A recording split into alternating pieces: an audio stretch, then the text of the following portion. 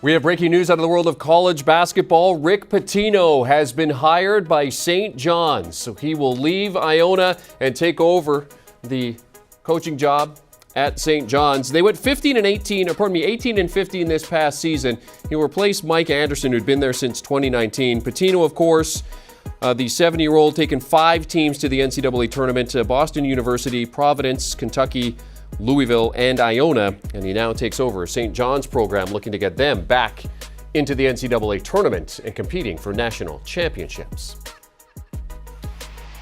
This news confirmed by our college basketball insider, Matt Norlander. Matt, first I'll get your reaction. I mean, we knew Pitino was considering the job. Now he's taken the job. What are your thoughts on him becoming the head coach at St. John's?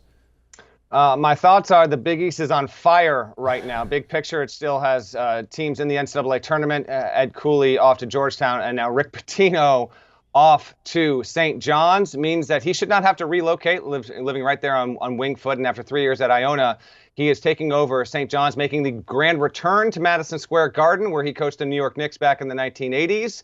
By the way, I'm told that a press conference introducing Pitino at the Garden scheduled for Tuesday. Pitino is also now back in the Big East. He was most recently there with Louisville, and what a career turn this is, a late-stage career turn for Rick Pitino. You know, exiled from the sport for a few years after being caught up in the FBI scandal, the thing that ultimately got him fired from Louisville in 2017. He moves all the way to Greece, coaches there. Iona extends him a chance to coach that program. He gets to 2 NCAA tournaments. I was told that for weeks St. John's has been pursuing and pushing to get Rick Pitino. It made him at the top of their priority list. There was uncertainty early whether or not, would Providence go after Pitino if Cooley left? Well, Cooley left, but those timelines did not align. Obviously, Pitino once coached at Providence. Would Georgetown prioritize Pitino? It never did. Georgetown never reached out to Rick Pitino about its open job there. So St. John's was well positioned.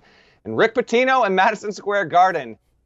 What a reunion, and what a bunch of turn of events here for the Big East, for Pitino, for St. John's, which last won an NCAA tournament game in the year 2000. They needed a hire like this to re-inject optimism into that program and that fan base. Yeah, a lot of the reports were saying that, he had a good meeting with them, but he wanted to assess kind of what their commitment was to competing for national championships and certainly competing for the Big East. In terms of where this program is at now, where are they as he takes over, and how far away are they from being able to compete for the Big East and a national title?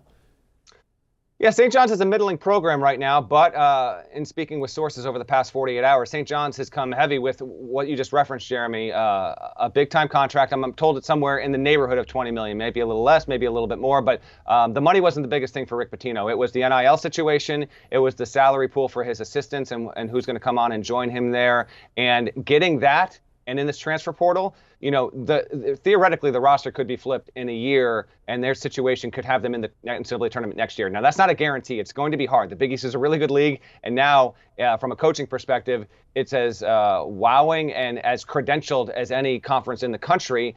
So we'll see if Pitino can make it work there. St. John's has been just okay. Again, no tournament win since 2000. Hasn't made the semifinals of the Big East tournament since 2000, 23 years ago. So Rick Pitino has a huge task ahead of him, but I sat down with him about 6 weeks back, and as he told me then, he's 70. He wants to coach at least 5 or 6 more years. This is not going to be or at least it's not expected to be some retirement tour for 2 or 3 years there. He wants to keep going.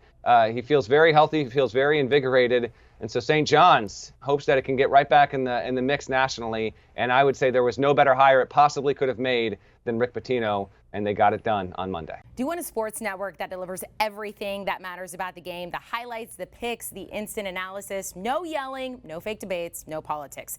Hit the subscribe button and never miss a moment.